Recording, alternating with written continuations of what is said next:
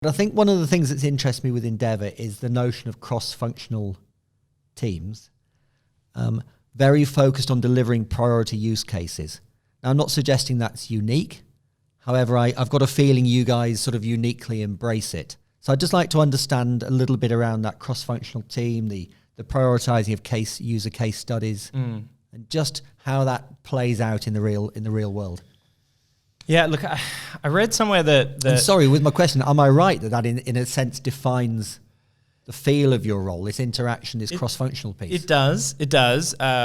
And that is definitely the mass majority of my time is in building those relationships between the right people in the right places. But, I read somewhere that cross-functional teams were invented in the 1950s or something rubbish like that. But that's not true, of course, right? I mean, even within our communities, right? If you think about since the dawn of time, everyone specializes into a role, shares a common goal of whatever, right? Getting food on the table the next day, right? Yeah. And everyone goes out and does their parts. Yeah.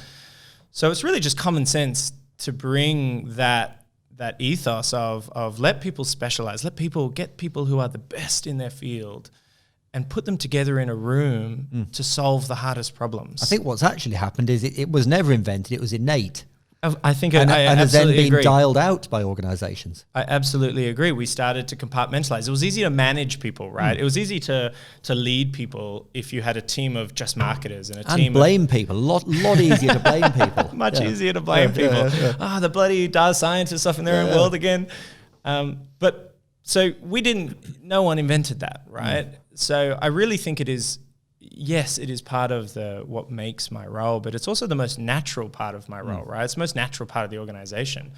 Is why wouldn't you put a head of merchandising, someone who makes all the decisions about our wine purchasing and the awards and stuff that we win? Why wouldn't you put them with the data scientist trying to build out the model of tastes and flavors, and the analyst who's trying to compare or capture customer information on their purchases and stuff? Why wouldn't you put them in a room? Because there's something really magic that's going to happen. Absolutely. I've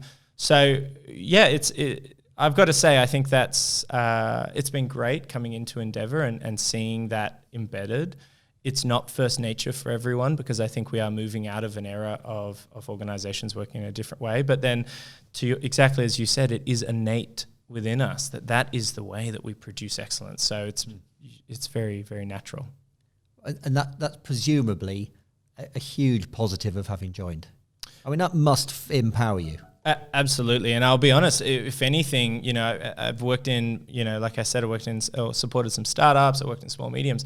There's more cross-organization collaboration in an organization of this size, because it can actually afford to really embrace it. It's like a critical mass because we're not as resource constrained as those SMEs and stuff. So you can actually say, I do need a head of category or a head of merchandising to join this for a bit. Yeah. Right? Because they go, geez, that's expensive. You say, yeah, but it's going to be worth it, right? So it's actually embraced more here than plenty of much smaller organizations that I've seen and worked in.